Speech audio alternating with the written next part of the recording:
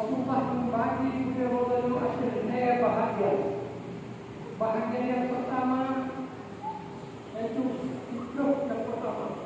Yang kata lagi itu.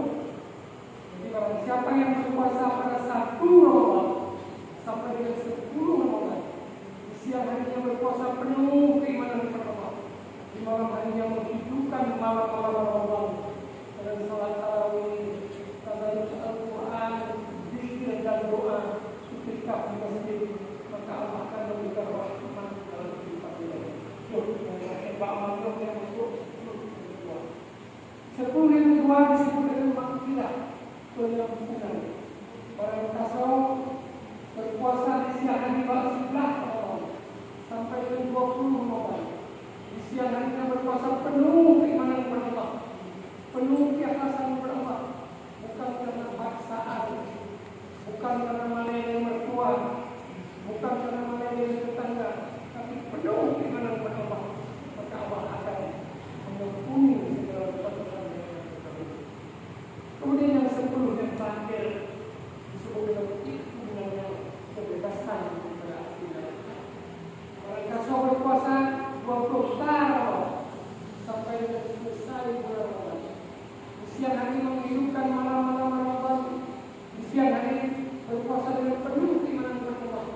Di malam hari menghidupkan malam-malam Ramadan dengan salat tarawih, tadarus Al-Quran, itikaf di masjid, zikir dan doa, maka Allah akan membebaskan daripada siksaan api neraka.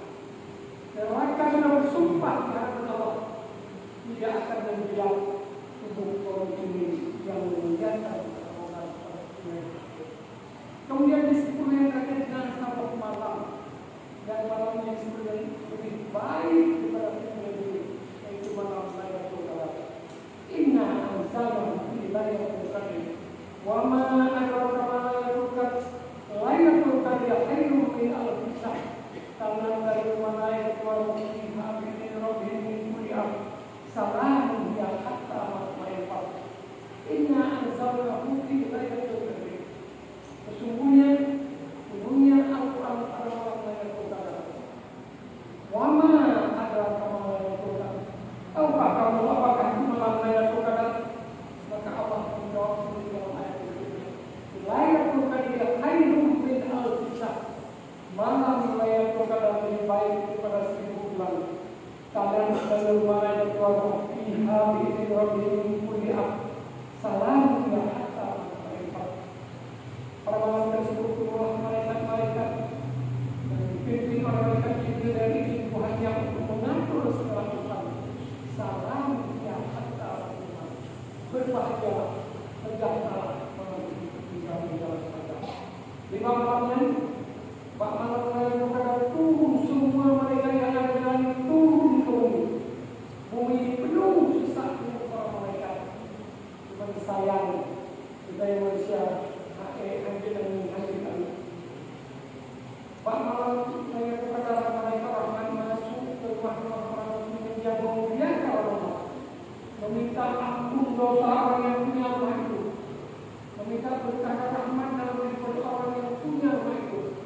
Hanya ada 4 rumah yang malaikat rahmat tidak akan masuk pada malam Lailatul Qadar. Rumah yang pertama adalah rumah orang yang ingkar kepada kedua ibu bapa, rumah orang yang durhaka kepada kedua ibu bapa. Mereka menilai orang yang durhaka kepada kedua ibu bapa, mereka jemaah terkena ampun supaya malam mereka masuk ke rumah kita. Kemudian rumah kedua yang mereka tidak akan masuk pada malam Lailatul Qadar adalah rumah orang yang minum minuman keras. Rumah kedua yang minum minuman yang memabukkan, malam Lailatul Qadar yang tidak akan masuk ke rumah orang, tidak akan mohon ampun dosa orang yang punya rumah itu, tidak akan mohon mereka berkah dalam hidup orang yang tidak itu. Kemudian rumah ketiga yang mereka tidak akan masuk adalah rumah orang yang suka bertengkar, suka arogan, sedikit-sedikit maka orang, sedikit-sedikit maka lagi orang. Jangan rumah orang